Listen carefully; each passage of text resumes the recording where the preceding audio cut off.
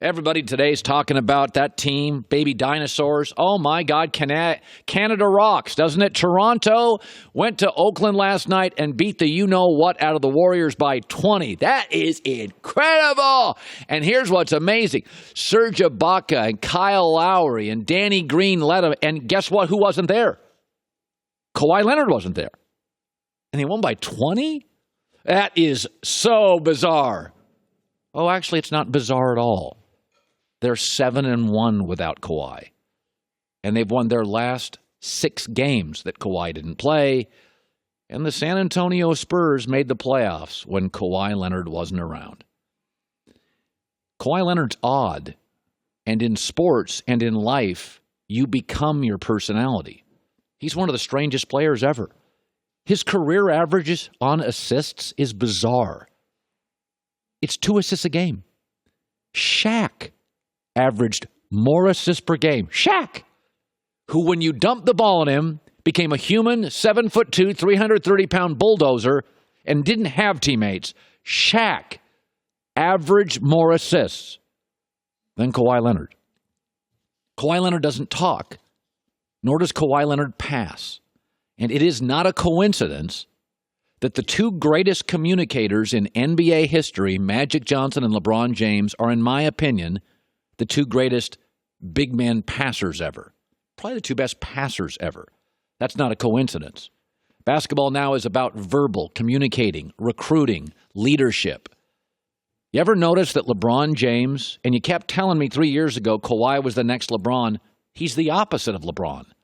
He never passes and he never talks. LeBron is incredibly functional. Kawhi is bizarrely dysfunctional. Okay, the laugh creeps me out. Let's move on. But I know he plays good defense, but it's 2018. Does it really matter? How good a defense can you play when you can't hand check, can't put a body on anybody, and it's a cardio game? Odd guys become odd players. And when the Spurs, at Kawhi's peak, they did an analytic on him, and he was only making the team 1.2 points better than when he was off the floor and on the bench. Kawhi's never going to be LeBron. Kawhi doesn't share the same sort of DNA of LeBron.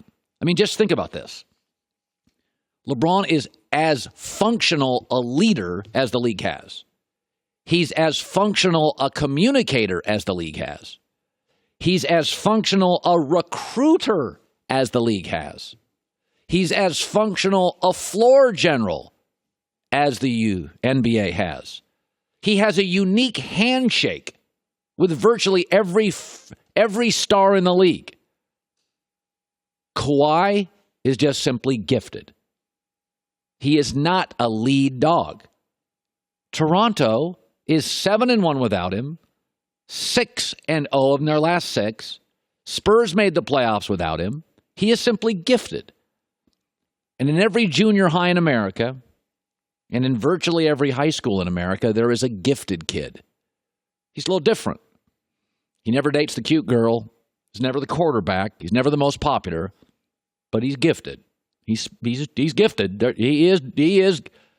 But gifted is not what the NBA is just about.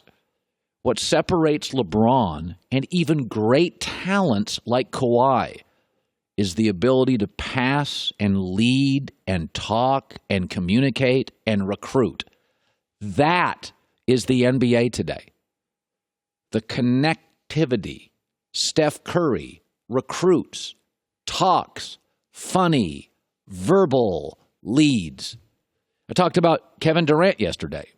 That's why LeBron and Steph are the 2 most important players in this league.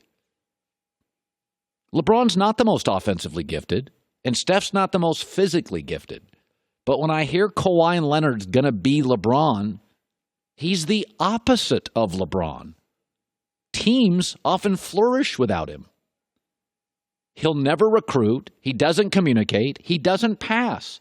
He is simply, and this is a cool thing too, gifted. But gifted doesn't win rings. Magic does. Steph does. LeBron does. D. Wade does. What do they have in common? They talk. They communicate. They recruit. The Raptors beat the NBA champs by 20 on the road without Kawhi Leonard. Told you about those baby dinosaurs. And it's not even strange. This has become their pattern and his pattern. Still don't buy the baby dinosaurs. God, what a disaster that would be for the network that has the NBA if Toronto is in the finals, because Canadian viewers don't count on our ratings. So you'd have to pray that everybody in America falls in love with the baby dinosaurs. I think people will still watch. Yeah. I mean, it's going to be the baby dinosaurs versus the Warriors. Yeah, you're right. Yeah, that's right. If it's the baby dinosaurs against the Warriors, then you got viewers. Or maybe the Lakers. I don't think that's going to happen. It'd be fun, but a man can dream. But it is amazing. There are certain places in America that the standards are ridiculously high. The Yankees and the Red Sox, the standards are just ridiculously high. You can be successful and it's not good enough. It's like Real Madrid in soccer, and the Lakers certainly fall into this category. It's ridiculous. I mean, the Pittsburgh Steelers have high standards. I mean, they'll keep coaches through bad 4 and 5 year stretches. Dallas Cowboys have standards, but they keep coaches for a long time. Dave Campo held a job for 3 years. I think Barry Switzer was there 3 or 4. Lakers are ridiculous. I want you to think about this for a second. The Lakers are 17-10. They have won 6 of 7, 7 of 10. They're 1 game out of first in the Great Western Conference. And I've already seen this headline this year. Scouts report LeBron's been ignoring Luke Walton's play calls. Yesterday, Steven Jackson, a guy I love and respect, came on the show and shared an opinion of Luke Walton, which I have heard multiple times from players, mostly off the air. Steven Jackson went on the air with it. It would be hard for me to play on that team and respect Luke Walton. Why? Because I played against him. What's that mean? I mean, he wasn't. I don't respect him as what? He won championships. If I was on Steve Kerr's coaching staff, he got hurt, and I coached that team. Yeah. Would I be a great coach? He got considered a great coach after that. I don't think he's a coach for that team. I think LeBron's doing all the coaching over there. Okay, just think about this. I want you to think for a second what Luke Walton is dealing with, because yesterday Phil Jackson was at the Laker practice facility. And I don't know why Phil Jackson was there. I hope he was there to give Luke Walton support and a pat on the back. I want you to think of this job. Luke Walton coaches the Lakers. Who's now running them? Kobe's agent. Who's the CEO? Magic Johnson. Who owns the team? Phil Jackson's ex-girlfriend. Who's on the team? LeBron James. Who's in the same building helping run the other team? Jerry West. Are you kidding me? This is the toughest job in sports. Any league, any sport. Kobe's agent's running it. Magic's the president. Jeannie Buss, Phil's ex, owns it. Jerry West is in the same building. And LeBron's on the team. 17-10, won 6 of 7, 7 of 10, a game out of first.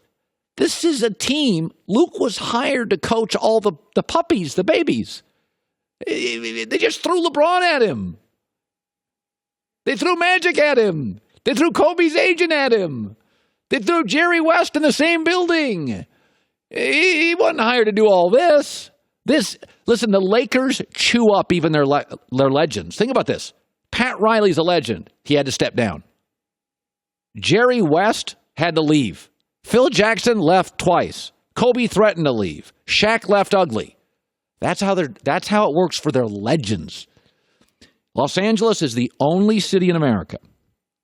It's the only city in America that has had an NFL and NBA team for 50 years, parts of it, and the NBA team is significantly more popular every time they're in the same town as an NFL team. If you have both, there's only one city in America. What about the Warriors? The Niners were much more popular for about a 30-year stretch.